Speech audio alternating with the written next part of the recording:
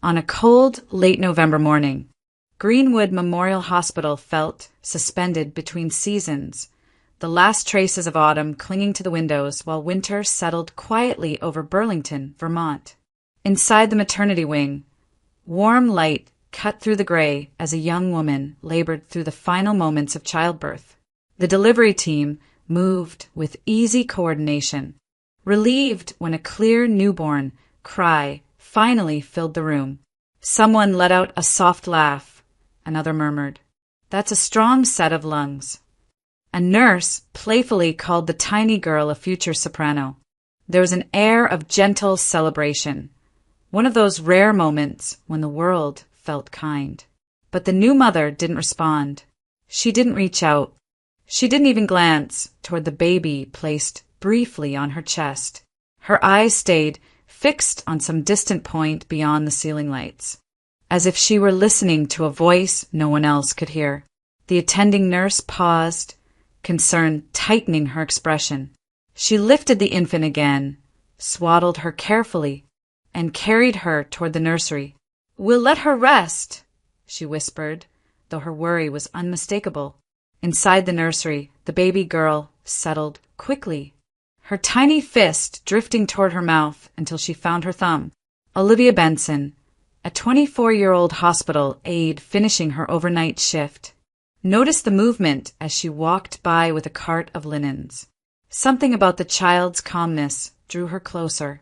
When Olivia leaned in, the baby opened her eyes, dark, serious, far more focused than Olivia expected from a minutes-old infant. And then the impossible happened. The baby held her gaze. It wasn't a fleeting newborn flicker. It was direct, almost searching, as if the child were trying to memorize her face. A warm ache spread through Olivia's chest before she even understood why. She whispered, "Hey there!" barely audible through the quiet hum of machines. The infant's fingers curled around her own, impossibly small and warm. A commotion stirred outside. Olivia stepped back as the mother from earlier drifted out of her room, unsteady on her feet, asking a passing nurse where she could get some water. The nurse pointed toward the hydration station, and the woman nodded weakly before shuffling down the hallway. She never returned. Minutes passed. A nurse checked the room and frowned at the empty bed. Another staff member hurried by, whispering that the mother's belongings were missing.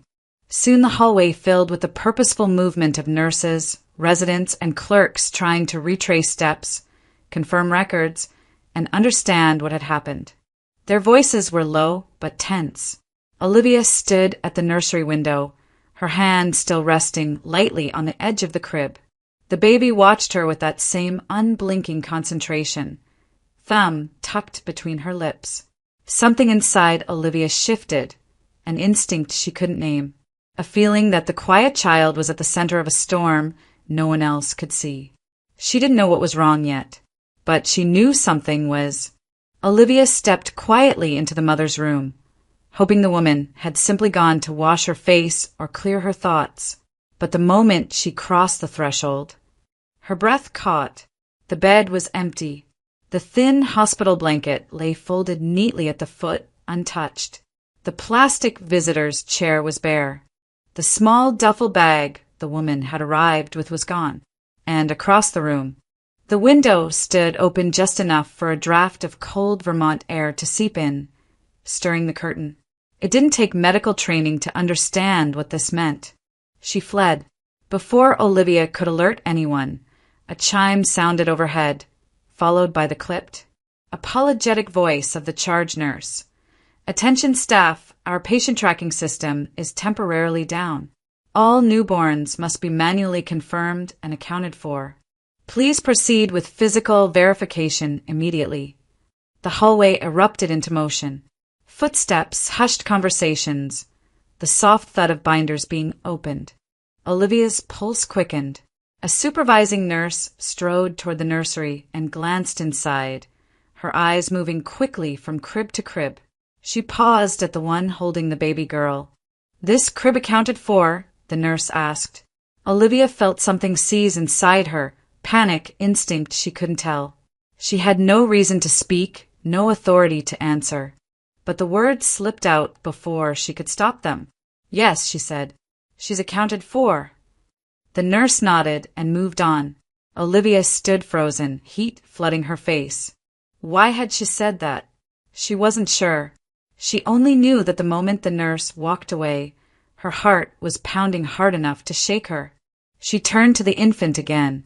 The baby lay quietly, thumb against her cheek, dark eyes open and steady.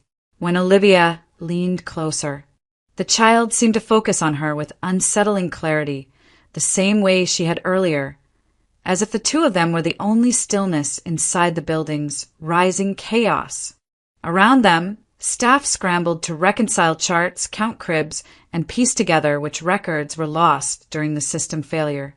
The missing mother's forms, admissions paperwork, ID scans, medical history were nowhere to be found.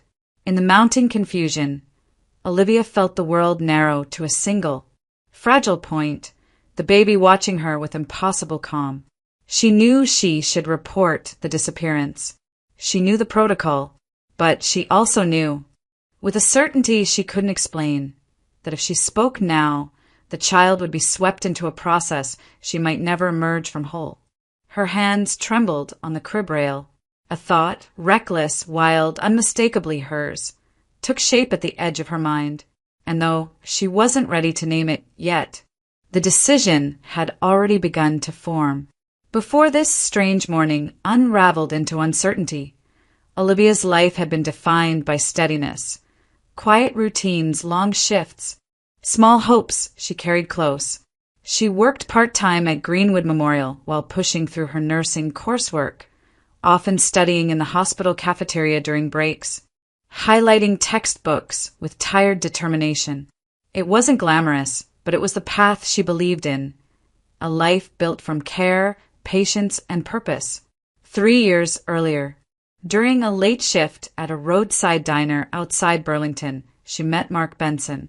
He was a long-haul driver who spent most weeks moving through the New England corridor, hauling timber and construction supplies between Vermont, New Hampshire, and Maine. Mark was the kind of man who spoke gently even when he was exhausted, who tipped well even when he shouldn't, who noticed when someone needed a moment to breathe. Olivia had brought him a refill of coffee. He'd asked if she ever took a break. She'd laughed, and somehow that turned into a conversation that lasted an hour. Their courtship was quick, effortless really. Mark admired her drive, her humor, the quiet resilience she didn't realize she carried.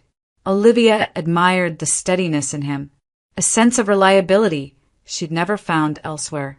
Within months they were inseparable, and by the end of that year, they exchanged vows in a small ceremony behind a Methodist church, surrounded by maple trees just beginning to turn gold. It was simple, heartfelt, and entirely theirs. Their marriage had been gentle and warm from the start. Mark was often on the road, but always returned with stories, with small gestures, with the kind of love that showed itself in everyday acts. Olivia, in turn, brought stability and softness to their home. But beneath that warmth lay a quiet ache they never fully spoke aloud. They had tried for children. They had hoped, waited, measured months by late periods and negative tests.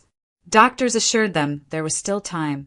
Many couples struggle at first, they said, but each year that passed left a heavier silence in its wake. Olivia often told herself she was fine, that she had time, that motherhood might come later. And yet there it was, a longing she carried like a pulse beneath the rest of her life. Now, standing in the corridor outside the nursery, that ache sharpened. She eased the door open and stepped inside again.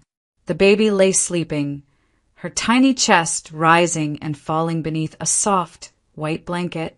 The room hummed with warm air, a faint lullaby from a nearby radio drifting in and out. Olivia approached the crib, unable to stay away. Something in her, something long dormant, stirred and widened. The pull toward the child was stronger now, as if the baby's quiet presence pressed against a hollow space in her heart that had been waiting for years. The hospital had dissolved into controlled disorder. Nurses walking briskly from crib to crib, clerks attempting to rebuild missing charts by hand, and supervisors calling out instructions to keep the maternity wing from slipping into chaos. In the midst of it all, Olivia stood beside the newborn's crib, feeling the moment press in on her from all sides. She knew the protocols, the expectations, the consequences, and yet something deeper, older, almost instinctive, rose above all of it. Before she had time to think her way out of it, she reached for an extra blanket from the warming drawer. Her hands shook as she wrapped the baby gently, tucking the edges close around her small body. The infant stirred only slightly, then settled against her chest as if the movement were expected. Olivia looked around. Staff were distracted, heads bent over clipboards, voices low and urgent. The tracking system failure had pulled everyone in a dozen directions at once, and for one impossible sliver of time, the world offered her a path she never could have imagined taking. She stepped toward the service hallway. Each footfall felt too loud, though the corridor was muffled and empty. She pressed the bar on the back exit door, and a gust of sharp Vermont cold rushed in. The air bit at her cheeks, stung the corners of her eyes, and filled her lungs with something that felt almost like fear and freedom tangled together. Her heart pounded so hard she could feel it in her throat. But no one called after her. No one rushed out to stop her. No one seemed to notice the aide with the bundled infant walking swiftly across the parking lot toward an older blue sedan, still dusted with frost. She opened the driver's side door, eased into the seat, and placed the baby carefully in her lap while she started the engine. Her breath came in shallow bursts as she pulled away from the hospital. Every glance in the rearview mirror expecting lights, sirens, someone running toward her. But nothing came. By the time she reached her small apartment tucked behind a row of old maples, her hands had steadied enough to unlock the door. She carried the child inside and laid her gently on the couch, the soft cushions dipping under the weight of her tiny body. Olivia knelt beside her, studying the baby's delicate features, the faint swirl of hair, the tiny fists, the impossibly calm expression. When she went to change out of her hospital scrubs, she noticed something glinting beneath the collar of the baby's blanket. She leaned closer and uncovered a small pendant hanging from a thin cord, a copper oak leaf with a tiny emerald droplet at its tip. It was unlike anything she'd ever seen on an infant. Old-fashioned, expensive, carefully crafted, a piece that didn't belong in a maternity ward, a family heirloom. Olivia touched it gently, her fingertips brushing the cool metal, a chill running through her despite the warmth of the apartment. Whatever this child had come from, whoever she belonged to, this pendant was the key. Olivia paced the length of the living room, her mind unraveling faster than she could steady it. Every thought collided with the next. How would she ever explain this to Mark? What would he think when he walked through the door and found a newborn on their couch? What would CPS say if the hospital discovered the baby missing before she could explain what happened? What if they treated her like someone dangerous, someone unhinged? The questions came too fast, piling into panic. She pressed her palms to her forehead, trying to slow her breathing. The baby made a soft sigh, the kind of tiny sound that shouldn't have had the power to cut through fear, yet somehow did. Olivia looked down at the child, so small, so helpless, and her resolve wavered again. She didn't regret bringing her home. She regretted not knowing what to do next. Her hands trembled as she reached for her phone. She called the only person who could ground her. "Mom, can you come? Please, right now. It's an emergency." Linda Benson arrived within 15 minutes, coat half-buttoned, keys still clutched in her fist. The moment she stepped inside, her gaze fell on the infant lying on a folded blanket on the couch. Her breath hitched. "Oh my God, Olivia, what did you do?" Her voice rose with alarm, her hand flying to her chest. Did you take someone's baby?" "Olivia, honey, this is a crime." The panic in her mother's eyes nearly made Olivia collapse. "No. Mom, listen, just listen," she begged, guiding her toward the kitchen table before she could spiral further. Olivia rushed through the entire story: the birth, the mother who wouldn't look at her child, the sudden disappearance, the system failure, the moment she froze when the nurse asked if the baby was accounted for, and the pull she couldn't ignore. Linda blinked hard, trying to process it all. Fear warred with something softer in her expression. "Olivia, this is illegal," she whispered, voice shaking. But her eyes drifted back to the infant. And yet, look at her. The poor thing had no one. They both turned when the baby fussed. Instinct took over. Linda warmed a bottle while Olivia held the tiny girl, guiding the nipple toward her searching mouth. The baby drank greedily, her small fingers curling around Olivia's thumb. When she finished, they changed her into a softer blanket, one of Olivia's spares from a box in the closet. Linda smiled faintly as the baby settled. "She needs a name, at least for now." "Alice," Olivia whispered. "She feels like an Alice." Before Linda left, she cupped her daughter's face gently. "This isn't sustainable, Olivia. Sooner or later, you'll have to make a decision. But maybe this happened for a reason. Don't ignore that." The door clicked shut, leaving Olivia alone with Alice, and the weight of what came next.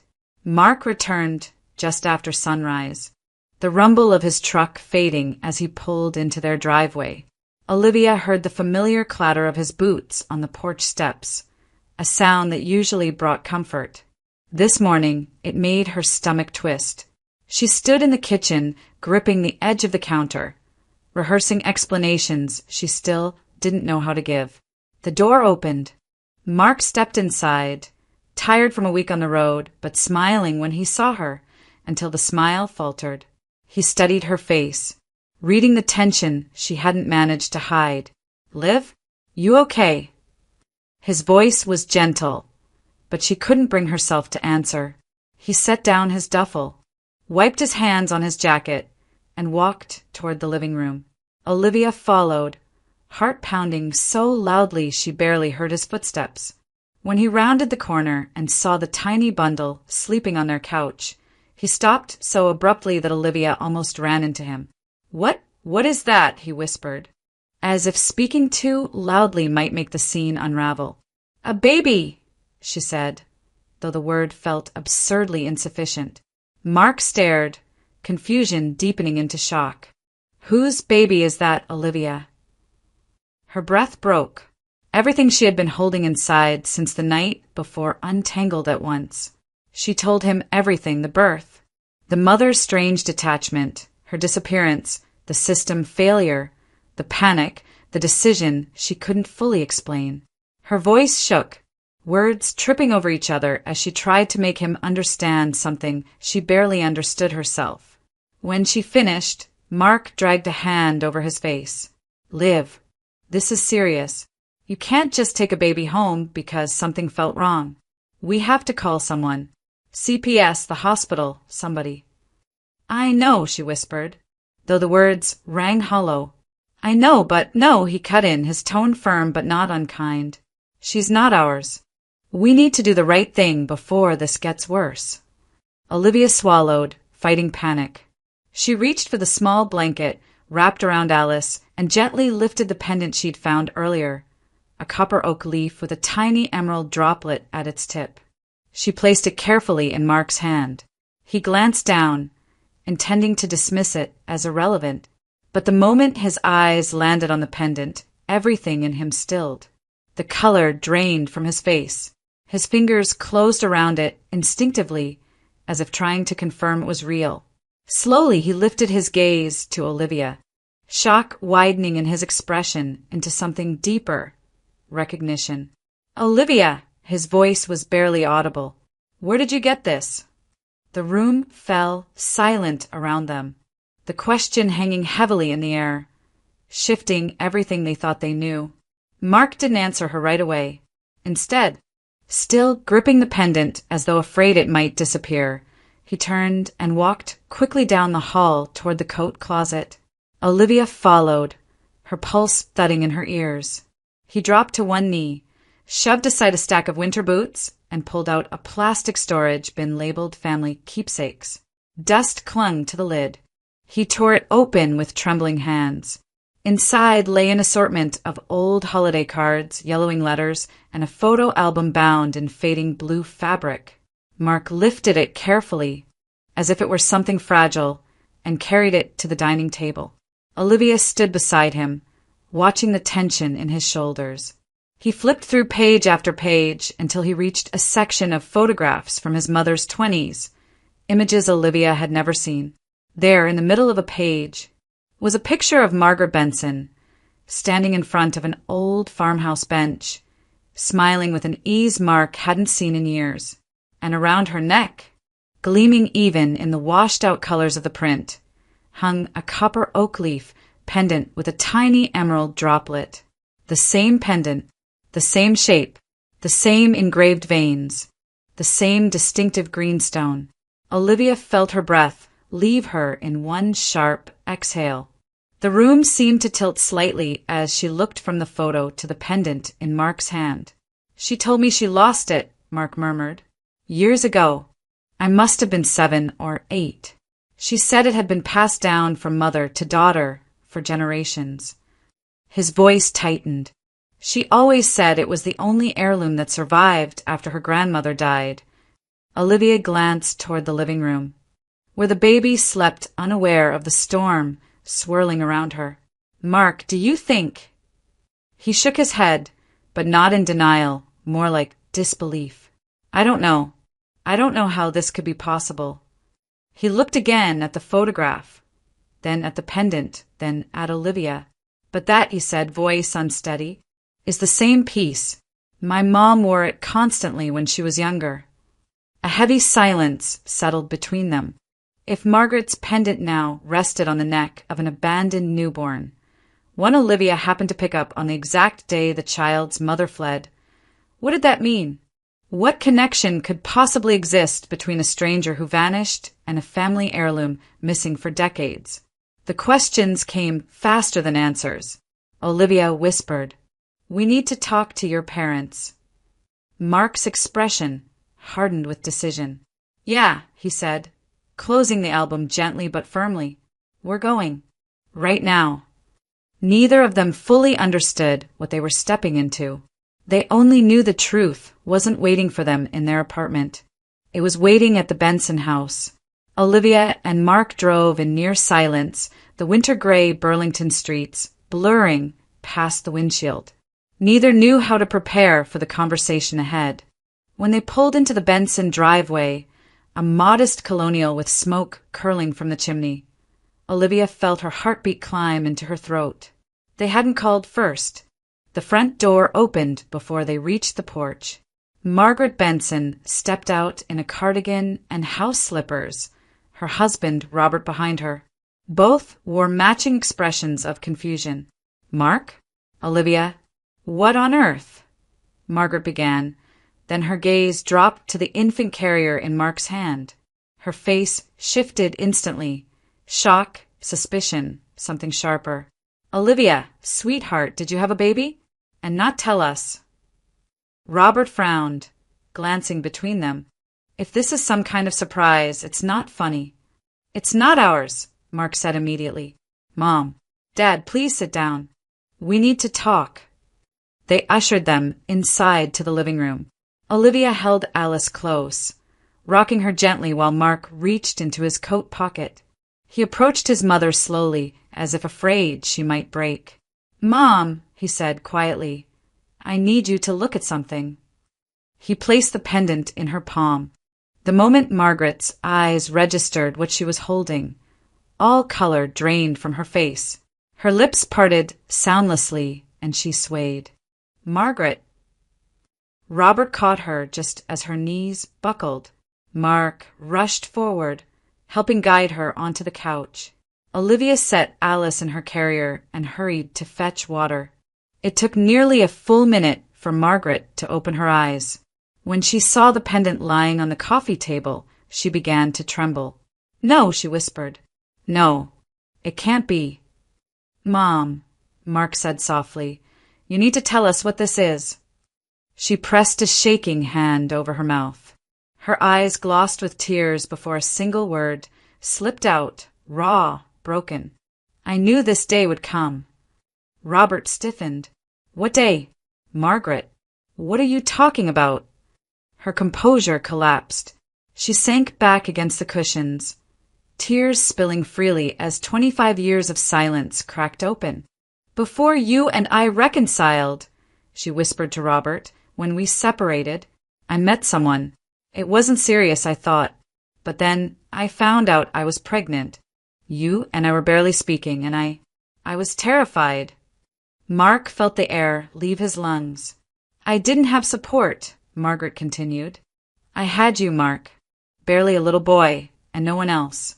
I didn't know how to raise 2 children alone. So after she was born," her voice broke, "I left her at the hospital. I couldn't bear to leave her with nothing. So I gave her the only heirloom I had, the pendant. I thought maybe someday she'd find someone who could help her trace it back." Robert stared at her, stunned and wounded. "You had a daughter? You never told me." "I wanted to," she cried, "every day. But the longer I kept it, the harder it became. I convinced myself that stirring up the past would only bring more pain." Mark felt dizzy, gripping the edge of a chair. "So, I have a sister." Margaret nodded weakly. "A little girl I never got to hold twice. I've lived with that regret for 25 years. Olivia swallowed hard, glancing at the sleeping baby whose fate had called all of them into the same room. The pendant, the missing mother, the impossible timing. It no longer felt like coincidence at all. The house felt unbearably quiet after Margaret's confession, as though the walls themselves were struggling to absorb the weight of what had been spoken aloud. Robert sat rigidly in his armchair, processing the revelation of a daughter he never knew existed. Margaret dabbed at her eyes with a trembling hand. Mark paced, trying to make sense of the tangled branches of a suddenly reshaped family tree. Olivia held Alice close, her heart pounding with something that felt equal parts dread and clarity. At last Mark stopped pacing. "We have to find her," he said, voice steadying with purpose. "Mom's daughter, my sister, whoever raised her, whoever she grew up to be, we need to find her." Margaret nodded, still shaken. Her birth records would have been at Old North Maternity. "It's the only place I could have delivered." Olivia's pulse quickened. "I'll go," she said before she had time to second-guess herself. "Let me check the hospital. Maybe someone there knows something, or there are old records, something that can help." Robert frowned. "Are you sure you should go alone?" Olivia glanced down at Alice, sleeping peacefully against her chest. "Yes, I started this by taking her home. I should be the one to follow the thread." Before leaving, they made a stop at a baby supply store. Mark grabbed diapers while Olivia selected bottles, formula, and a new carrier. Margaret, still pale, added soft blankets to the cart, stroking the fabric as though apologizing silently for the decades she could never give her first daughter. By the time they loaded everything into the car, Alice was bundled securely, the faintest hint of milk still on her lips. Old North Maternity Hospital sat on the northern edge of Burlington, its brick facade weathered with age. The newer medical center had replaced it in recent years, leaving this building partially converted but still housing a few outpatient services. Olivia parked near the entrance, her nerves tightening as she stepped out into the crisp afternoon air. Inside, the lobby was quiet. The scent of disinfectant lingered faintly under the hum of fluorescent lights. To her right, an old bulletin board caught her eye, its cork faded, corners peeling. The header read, "Staff Memories Through the Years." Photographs, decades old, were pinned in uneven rows, nurses laughing in break rooms, doctors posing at retirement parties, holiday potlucks with garlands taped sloppily along the walls. Then one image froze her. A woman, no, a teenage girl, maybe 16 or 17, stood beside a smiling older nurse. And around the girl's neck hung a copper oak leaf pendant with a tiny emerald droplet. The same pendant, the same piece that now sat beside Alice's crib. Olivia's breath caught in her throat as the realization struck her. This girl wasn't a staff member. She was Margaret's daughter, and she had been here. A door opened somewhere behind Olivia, and a nurse in light blue scrubs stepped out, rubbing sanitizer between her palms. She followed Olivia's gaze to the faded bulletin board. "You looking for someone in those old photos?" she asked kindly. Olivia pointed to the teenage girl with the pendant. "Do you know who she is?" The nurse squinted, then nodded. "Oh, her. That's Emily Harper. She used to come around with her mother, Dr. Helen Harper. She worked here for years before moving to the main campus." Olivia's heart jolted. "Is Dr. Harper still practicing?" "Of course. She's in the outpatient wing down the hall. Want me to show you?" Olivia could only nod. The nurse led her through a short corridor to a door with a brass plaque. Helen Harper, MD. Obstetrics and Women's Health. Olivia hesitated only a second before knocking. "Come in," a warm but tired voice called. Dr. Helen Harper looked to be in her late 50s. Her silver-streaked hair pulled neatly into a bun. She smiled professionally until Olivia stepped forward and set the copper oak leaf pendant gently on her desk. The doctor's face drained of color. Her hand rose instinctively toward her chest, as if the pendant had once hung there.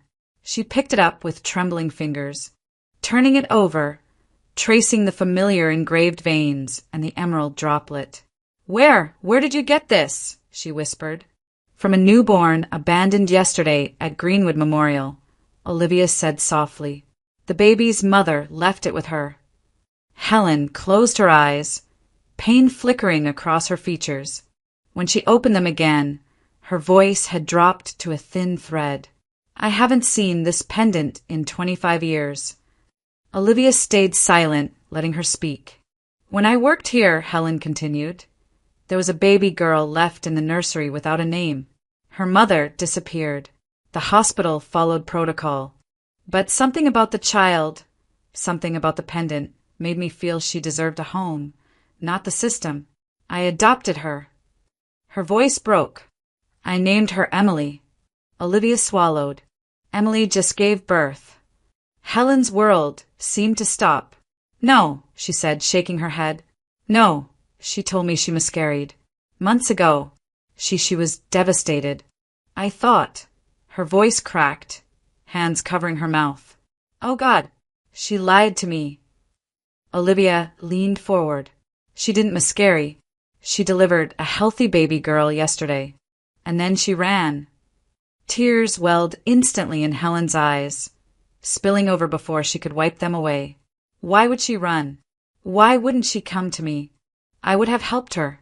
I always tried to protect her.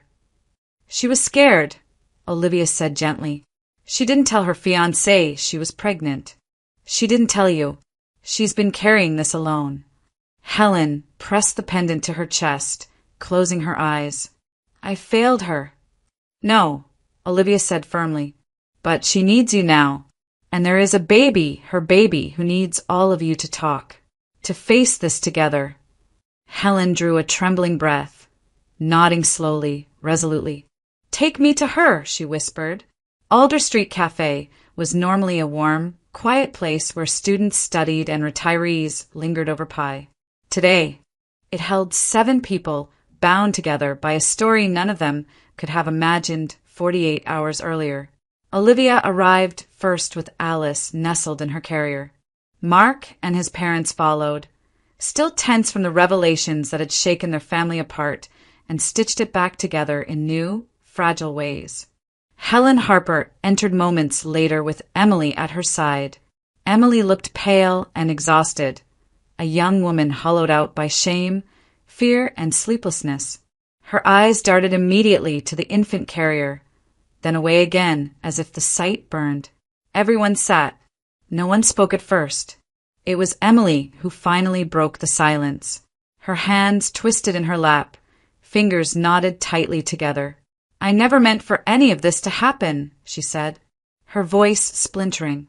I didn't even know where to start explaining. Helen touched her daughter's shoulder gently. Emily inhaled shakily. "A little over a year ago," she began, "I was seeing someone. It wasn't serious, but I thought he cared. Then he disappeared. Completely. Ghosted me. I felt stupid and used." She swallowed hard.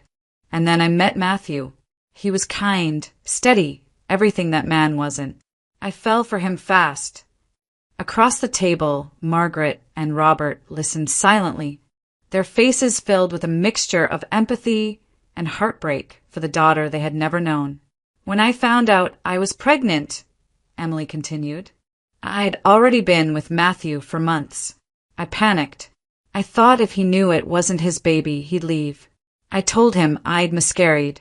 And when I told Mom," she looked at Helen with trembling guilt, "I lied to her too. I said the same thing. I just couldn't face disappointing everyone." Helen's eyes glistened. "Honey, you wouldn't have disappointed me." Emily covered her face. "I was ashamed, and when the contractions started, I hid it. I drove to Greenwood Memorial, praying I'd be in and out without anyone I knew seeing me." Tears slipped through her fingers, but after she was born, after they put her on my chest, I froze. I couldn't even look at her. I felt like the worst person alive. And when the nurse left the room, I ran. A chair scraped suddenly. Matthew Collins had approached quietly, but now stood a few feet away, having heard everything. His jaw was tight, his eyes unreadable. "Emily," he said softly, "I need a minute." He stepped outside. Emily broke into sobs, convinced she had lost him forever. Helen folded her into her arms, while Olivia gently rocked Alice, who stirred against the rising emotion around her. Minutes passed, long, painful minutes, before the cafe door opened again. Matthew walked back in slowly, his face calmer now. In his hand was a small pink baby rattle he must have bought from the boutique next door. He set it gently on the table in front of Emily. "I'm not walking away," he said. "I needed a second to breathe, but I love you. And if she's part of you," he glanced at Alice, "then she's part of me too. I want to be here. For both of you." Emily's sob broke into a disbelieving laugh. She reached for Alice with trembling arms. Olivia loosened the carrier straps and lifted the baby into her mother's embrace. For the first time, Emily held her daughter without fear. Alice blinked up at her, tiny fingers curling against her chest as if recognizing the heartbeat she had known before birth. Emily bowed her head over the infant, tears dripping onto the blanket. "I'm so sorry," she whispered. "I'm so sorry." No one at the table spoke. They simply watched as a secret unraveled. A family reshaped itself, and a mother finally claimed her child. The air inside Alder Street Cafe had shifted, where tension once pressed into every corner. A gentler stillness settled, a fragile, trembling quiet that felt like the first breath after a long storm. Emily continued to cradle Alice, murmuring soft apologies and promises into her daughter's hair. Helen sat beside her, one hand stroking Emily's back, the other resting protectively on Alice's tiny foot. A mother comforting a daughter, and a grandmother learning the shape of a new generation. "I thought you didn't trust me," Helen whispered, voice cracking. Emily shook her head fiercely. "I just didn't trust myself." Helen pulled her close. "You were never alone, not really, and you won't be now." Across the table, Margaret Benson watched with an expression worn by decades of guilt. Tears slid down her cheeks before she even tried to speak. "Emily," she whispered, "you don't know me. You owe me nothing. But I loved you. Even when I believed I couldn't keep you, I loved you. Emily looked up, eyes wide and wet. You're my biological mother. Margaret nodded, trembling. I wanted to tell someone for years. I wanted to find you, but I was afraid of reopening wounds I deserved to live with. Helen reached across the table, placing her hand over Margaret's. No blâme, only compassion for the woman who had carried a secret heavier than anyone knew. Emily took Margaret's other hand. You didn't abandon me. You gave me to someone who could take care of me. And you left the pendant, so a part of you stayed. Margaret bowed her head and sobbed, quiet, grateful, relieved. Mark sat stunned beside Olivia, the revelation settling into him slowly. I have a sister, he murmured, as if testing the truth out loud. And a niece. Olivia smiled softly. You do. She looked down at Alice, now sleeping against Emily's chest, her tiny breaths warming the fabric of her mother's sweater. Olivia felt a tug in her heart, love, protectiveness, and something bittersweet. She had carried this child out of the hospital believing she was saving her. She now understood she had delivered her home. Gently, Olivia reached over and brushed Alice's blanket into place. She belongs with you, she said to Emily. I was just keeping her safe until you were ready. Emily's eyes filled again. Thank you, she whispered, for everything. Talk shifted to practical matters. Helen assured them she would contact the hospital, child services, and a family attorney. Everything will be handled the right way, she promised. Legally, respectfully, with love. No one doubted her. Eventually, the group began to drift toward the exit, conversations softening into reassurance, forgiveness, and tentative plans for the future. When Olivia and Mark stepped outside, the cold Vermont evening wrapped around them. Crisp, quiet, almost unreal. Mark slipped his arm around her shoulders. Can you believe any of this? Olivia shook her head, breath forming clouds in the darkening air. One baby, she whispered. One abandoned child. And it connected 3 families. As they walked toward their car, she glanced through the cafe window one last time. Inside, under warm lights, Alice slept peacefully in her mother's arms. The tiny thread that had rewoven lives, unearthed long-buried secrets, healed old wounds, and rewritten destinies that had been drifting apart for decades. And in that small cafe on a winter evening, a new family began.